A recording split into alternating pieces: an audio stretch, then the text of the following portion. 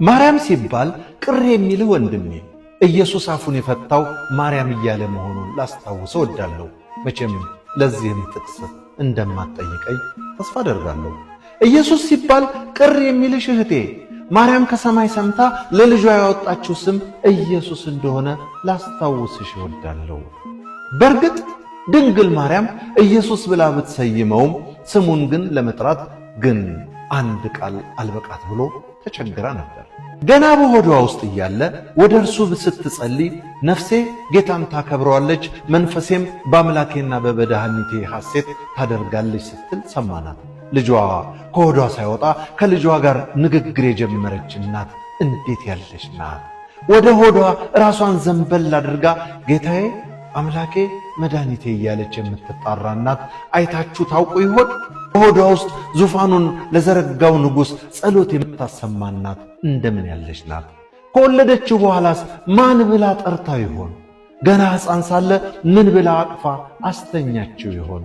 ምን ብላስ መገበችው? የልደት መዝሙሩን እሹሩሩ ብሎ የሰየመው ቅዱስ ኤፍሬም ድንግል ማርያም ልጇን ምን እያለች ታስተኛ ይሆን ብሎ በእርሷ ቦታ ይጨነቃል። በእርሷ አንደበት ሆኖ እንዲህ ሲል ወደ ልጇ ይዘምራል። አንተ ምንጭ ሆይ ላንተ ለማጠጣት የጡቶችን ምንጭ እንዴት ልክፈታቸው ይቻለኛል?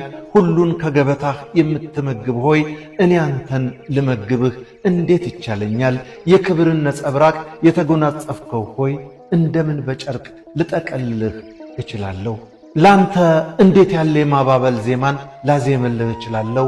እንደ ማንኛውም ሕፃን ላንተ ሹሩሩ ብዬ እንዳልዘምርልህ እንደ ማንኛውም ሰው ተራ ልደትን የተወለድህ አይደለህም። ጽንሰትህ አዲስ ነው፣ ልደትህም ታምር ነው። በመንፈስ ካልሆነ ላንተ ሊዘምር የሚችል ማን ነው? ድንግል ማርያም ሆዷ ውስጥ ሳለ አምላኬ መድኃኒቴ ያለችው ልጇን ካደገ በኋላ ምን ብላ ጠርታ ይሆን ብዬ በ12 ዓመቱ በቤተ መቅደስ እስክታገኘው ጠብቄ ተከትያት ገባሁ። ከአይሁድ መምህራን ስር ቁጭ ብሎ በንግግሩ ያስደንቃቸዋል። ሉቃስ 2:48 እንደተጻፈው ምን ብላ ተጠራ ይሆን ብዬ አንደበቷን ስጠባበቅ ልጄ ሆይ አለችው። እኛ አባታችን ሆይ የምንለውን ፈጣሪ ልጄ ሆይ አለችው።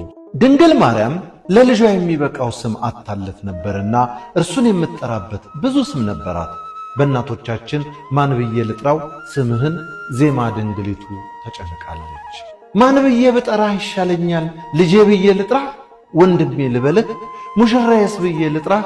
ጌታዬስ ልበልህ? ከዳዊት ቤት እንደመሆኔ እህትህ ነኝ። ለጸነስኩህ እናትህ ነኝ።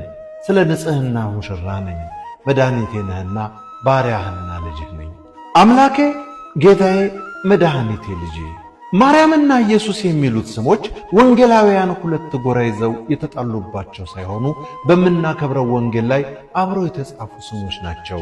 ኢየሱስ የሚለው ስም ከድንግል ማርያም አፍ በፍቅር የሚፈስ ጥዑም ስም ነበረ። ማርያም የሚለው ስም ደግሞ ኢየሱስ ከሰው ልጆች ሁሉ በላይ በእናት ፍቅር ሆኖ የጠራው ጥዑም ስም ነው። የልጇ ስም ሲጠራ የምታዝን ማርያም፣ የእናቱ ስም ሲጠራ የሚናደድ ኢየሱስ የለም።